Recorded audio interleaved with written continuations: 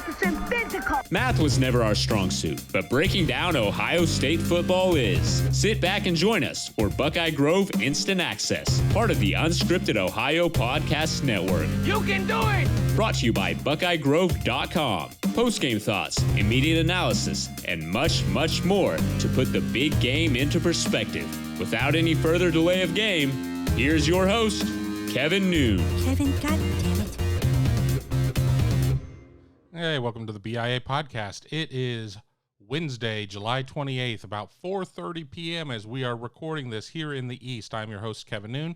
I'll be joined by Joseph Hastings here in a second, and we are truly going back to our namesake of instant access because we just saw a story cross the wire from Yahoo Sports' own Pete Thamel about the question of number one quarterback recruit and Ohio State commit Quinn Ewers potentially giving up on his senior season at South Lake Carroll High School in Texas to enroll early at Ohio State to be able to get a head start on learning and, of course, to be able to cash in on name, image, likeness, something that he would not be able to do in Texas as a high schooler. So a lot to unpack in this one. As we start to unpack it, let me bring in Joseph Hastings, our fantastic recruiting writer. Joseph, how are you doing, and your thoughts on this bombshell news?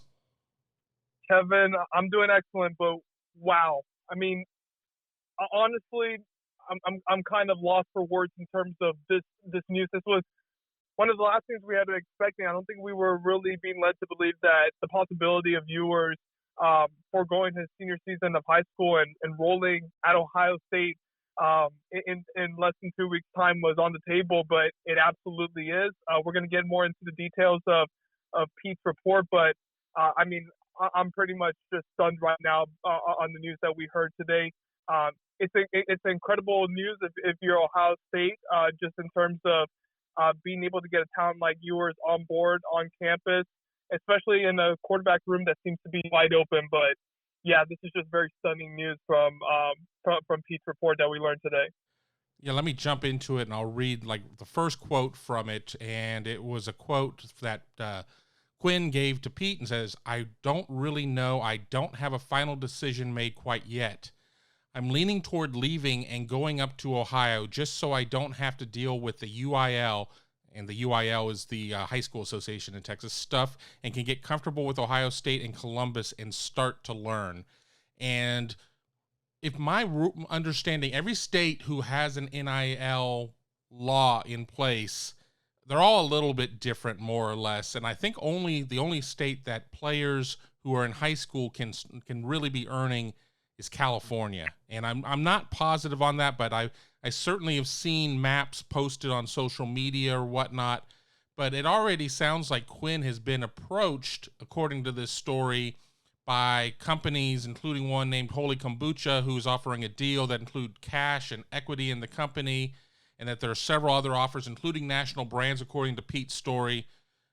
We always talked about how NIL was going to be a game changer for collegiate players, but this certainly takes it even a little bit further when we're dealing with a player who still technically has a year of high school left, and we'll get into that on the other side of your answer about how he would be able to do this. Yeah, it's very interesting because Ewers has a couple of options, and it's the options that are presented in the article. He can stay and finish off his senior season of high school, finish off his high school career, try and win a state championship for South Lake Carroll. That's obviously something that's going to be appealing to him. Or you can get up to Columbus, and it seems like based on the way he worded the quote, he wouldn't expect to start this year. And honestly, it would make sense just because of how late he would be arriving. We already talked about JTT and the adjustment period that's going to be for him being such a late enrollee. That's going to be even the same for Ewers, especially at a position that requires you to know the playbook, for you to have those reps of wideouts. I think that he wouldn't expect to play this year, but it would give him an opportunity to get started on the playbook a year early or 6 months early, I should say, compared to enrolling in January. And then it would also give him an opportunity to start profiting off of his name, image, and likeness. And look, Kevin, we're in a day and age where student athletes, they want to be able to capitalize on the time that they have during their athletic careers. And we're always going to knock on wood. I'm knocking on wood right now. Anything could happen. Ewers could potentially suffer an injury. You never know how that could affect your career going forward, your long-term health, anything like that. So you want to capitalize where you can. And enrolling early, being able to profit off of your name, image, and likeness right away instead of having to wait, several months, finish off your senior season of high school, that gives them the opportunity to do so. So it absolutely is a game changer, like you said. And it would definitely set an incredible precedent. You're listening to the BIA podcast. I'm your host, Kevin Noon, joined by Joseph Hastings, and we're talking about Pete Thamel's bombshell report that Quinn Ewers could be looking to skip his senior season of high school to enroll early at Ohio State. And how would he be able to enroll early? Well, according to the article, he's in a position academically where he could take one core English class online, graduate from high school early, and then enroll and be eligible at Ohio State for this 2021 season. The family, I'm reading from Pete's report, expects that course to be completed in time for him to take part in the preseason camp, which begins for Ohio State August 3rd. So, we talk about so much about reclassification, and we were kind of having a little bit of a conversation as we were getting the show together through some online channels about, we see so many guys reclassifying up and down or whatnot. But, you have to get through the clearinghouse. You have to get through the eligibility center. And with yours only being the one class away, and it being a case of where it could be something that he could get done before camp opens here in less than a week, that certainly removes that stumbling block. But with camp opening in less than a week, that also doesn't allow him a lot of time to really mull this decision over. It's something that's going to have to be made in short order. Yeah, and he goes on to say in the article, he says, if I enroll at Ohio State, obviously I'd be able to make money off the deals, and I feel like it'd be a big advantage of learning the playbook and getting comfortable with the campus and all my teammates. So based off what he's saying there and kind of what he had said in that initial quote that you read, Kevin, it really does feel like he knows the expectation wouldn't be him starting at Ohio State this year at any point. I mean, it would just be way too much ground to make up. Even though he is a generational talent, I just couldn't see him getting on the field. So that's something that he's going to have to take into consideration. And, he goes on to mention in the article, too, that it's not a money thing. His family doesn't need the money. It's just, as he said, it's the principle of it. It's being able to get in a year early. Kevin, think about it. He's going to possibly be able to be a 2024 NFL draft pick, not a 2025 NFL draft pick. It expedites his career even more. But then again, the opportunity to win a state title is something that is appealing to him. It's something that I believe when we went and did our sudden swing a few months ago and we talked with Quinn in person, it was something that he had mentioned. So there's a lot going on right now. And it's ultimately going to be up to Quinn. I think Ohio State would love to get him on campus early, learn the playbook, but if they don't, they still have, 3 quarterbacks that are in the quarterback heavy battle that they're going to be focused on, and they would feel comfortable if any of them starting. And they're going to make that determination. I think they would feel fine either way. So it's really going to be up to Quinn. And, I'm sure those endorsement, the companies that are providing those deals, those opportunities for him would love for him to get on campus and be able to represent them as soon as possible. But so he may get some pressure there, but I really do believe he's going to sit down with his family and make this decision on their own with no outside influence. We sure have come a long way from the story about, I know somebody who knows somebody who knows somebody who happens to go near South Lake Carroll High School, who thinks that Quinn is wavering on his commitment. And now he's sitting here looking for a way to get in early. And, of course, the pro Buckeye fan would be like, it's because he wants to get to Ohio State immediately. And there's truth to it, but there's also the opportunity of just starting, the football business aspect of it, because now that NIL is a real thing and everything else, I mean, it's more than just the business of keeping your grades up and going to practice and doing all this. I mean, there are so many more layers to the onion when it comes to this, and it's an opportunity to get that started. And just to throw one more thing, if he counts as a 2021, it's certainly going to change, some dynamics, for the Recruitniks. I mean, losing the number 1 overall player for 22, but it also might open up some doors in terms of creating some separation where people are concerned about Ohio State's ability to land a 23 quarterback, because it would create an extra year of separation between them. Absolutely. That's a really great point that honestly I didn't even think of. You know, the news is so fresh. We're literally speaking about this on this podcast minutes after Pete's report broke. So that's a really good point that you bring up, Kevin. I mentioned it in our recruiting roundtable on Tuesday that I didn't think Ohio State would end up signing a quarterback. You know, since the 2008 class, they've signed a quarterback in each of those recruiting cycles except for 1 year. So that would definitely be something that they would be not used to, and it would happen in the 2022 cycle if you think about it, because Ewers would be reclassifying the 2021. So they would, you know, forgo signing a quarterback then. You would have a 2 quarterback class of Kyle McCord and Quinn Ewers, which then you start saying, man, that would legitimately, you would have to look back on it. That'd be probably the greatest quarterback class a school has ever signed, just with those 2 being together. So there's a lot of moving parts there. You know, how does this affect, you know, McCord or Stroud or anybody like that? Because at the end of the day, and it's something I mentioned in that roundtable piece, there's only one quarterback on the field. You know, there's not. You can have as many wideouts as you want. Ohio State can recruit as many because, you know, you can put 3-4 out there at one time. You can only put one quarterback out at one time. So, you know, who knows what this will lead to? I think it's too early to speculate, considering that Ewers hasn't made a decision. But the domino effect of this could be tremendous, and it's definitely going to be really interesting to see as you know, as the weeks go by, you know, as the months go by, how this all plays out and what it eventually leads to. So. I definitely think it's a really interesting, a very fascinating scenario that's played out that I really haven't seen before. Right. I'm sitting here and I'm trying to argue with myself. Is it a situation with him coming in earlier? Does that put more pressure on the guys who are already there because this, you know, 900-pound gorilla who's going to been on their back, I mean, he's already there and learning? Or is it a case of with Stroud, Miller, and McCord, I mean, they already knew that he was going to be coming, and I mean, they all have at least, I mean, well, at least McCord, or I'm sorry, Stroud and Miller have a year up on him in terms of experience in the system, a year plus. McCord would be coming in at the same time, but at least would have the benefit of the offseason or whatnot and going through that. So, you know, it's hard to really predict how this could affect the quarterback room in terms of, I think everybody believed, and everybody, I use that term loosely, but everybody believed that coming out of this year, that the 3 scholarship quarterbacks might get down to 2, depending on how things were shuffled there, just because somebody might be looking for a clearer path to the field. And now if it's a 4 quarterback room, what does that mean? But just to go back to media days just this last week, Ryan Day said he knew in his heart of hearts he was going to need all 3 of them, and this was prior to Pete's report on Quinn Ewers. He was going to need all 3 of them.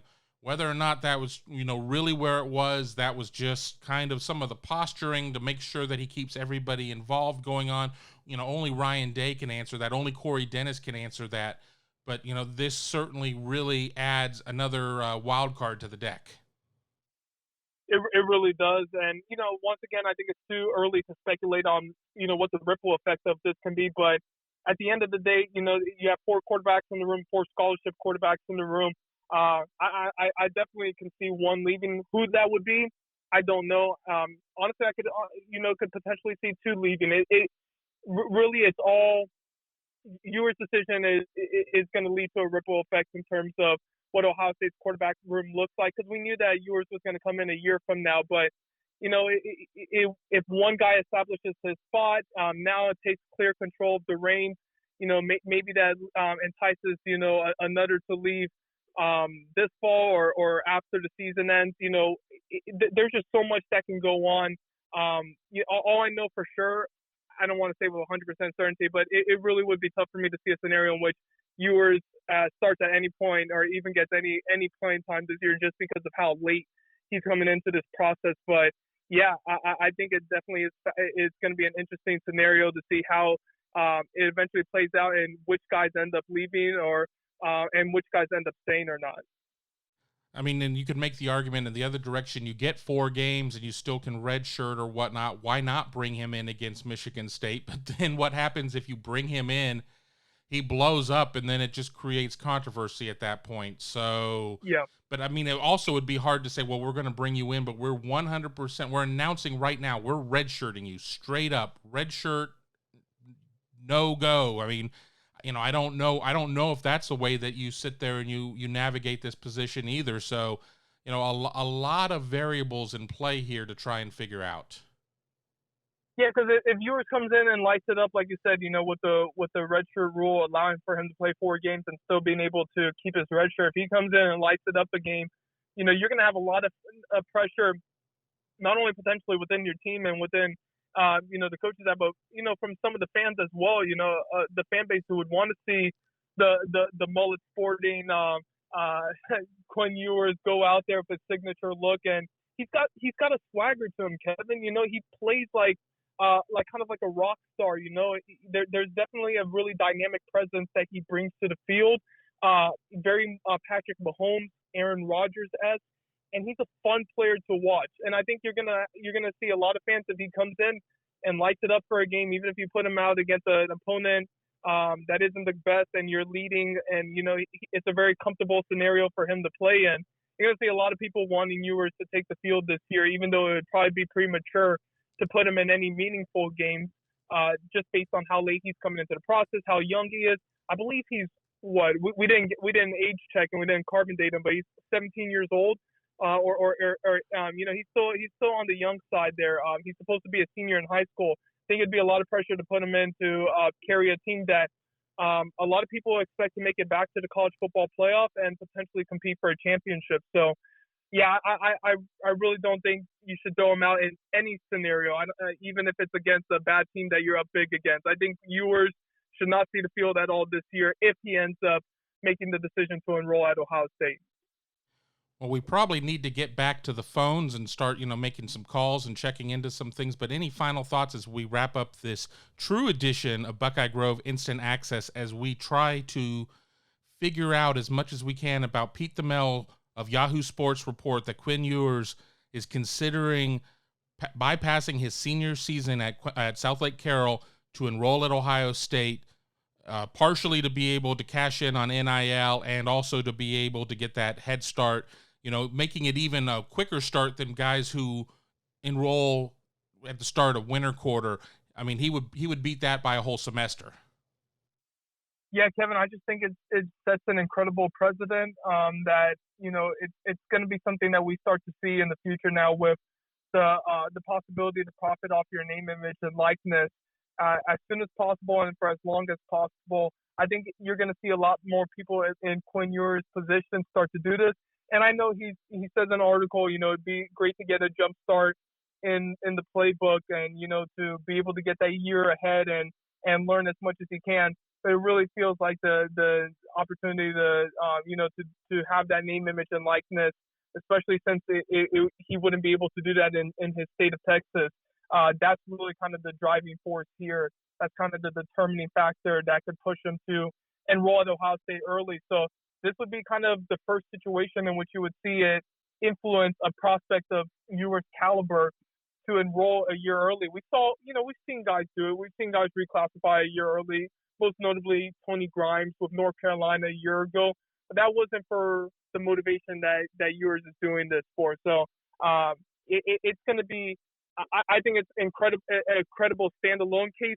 But I'm really, really interested in seeing what it's going to lead to down the line. How many more guys will follow suit?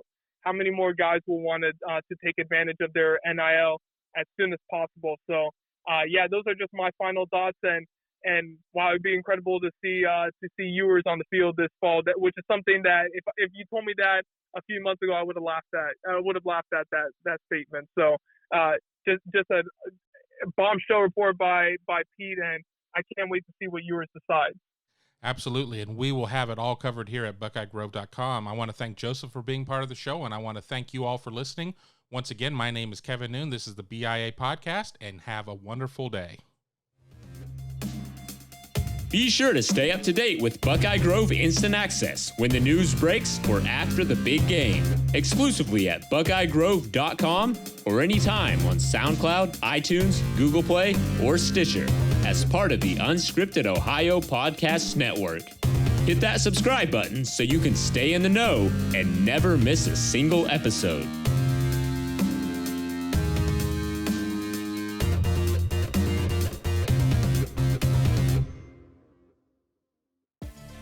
Thanks for watching. Be sure to click on that subscribe button so you don't miss a single thing, and come visit us over at BuckeyeGrove.com for all the best Ohio State information on the web.